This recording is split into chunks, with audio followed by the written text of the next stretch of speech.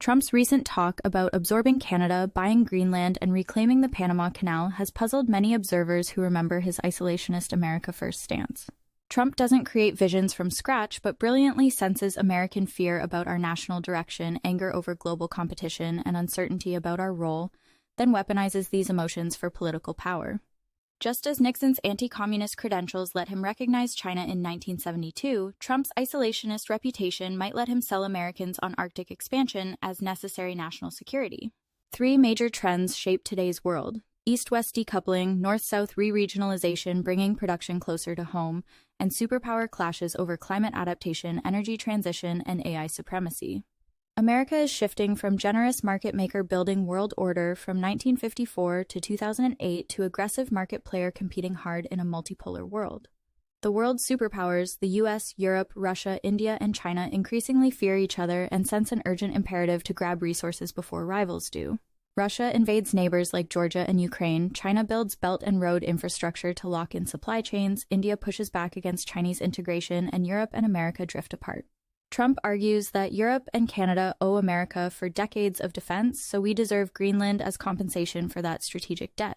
Trump's formal presidential authority backs these territorial proposals with traditional American power. If the EU's trade deal with South America's Mercosur bloc makes strategic sense, why wouldn't American integration of Canada and Greenland make similar sense for our hemisphere? Alaska, Greenland, and Canada together form North America's crown jewels, holding 1/3 of the world's remaining oil and gas plus critical minerals for national security and energy transition.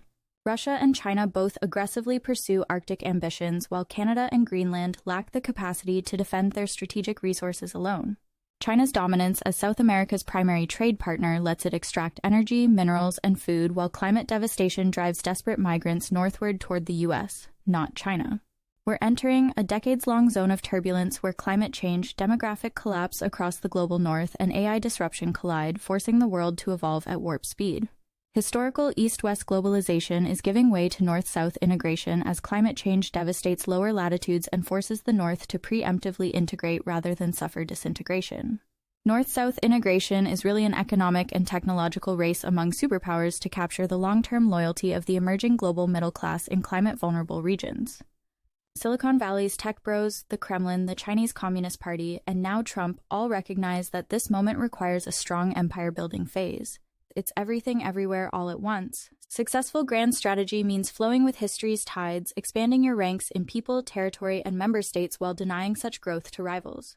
America's kernel code of free trade, democratic rule, and collective security has shaped globalization for 8 decades but now faces authoritarian pushback from China and Russia. Reopening America to new member states becomes the ultimate advantage in the superpower brand war.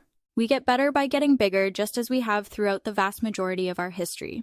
Without action, Canada could defect to the EU, Russia could rule the Arctic, and China could run Latin America. Trump's strategy embraces today's inconceivable to prevent tomorrow's inevitable, which defines genuine grand strategy.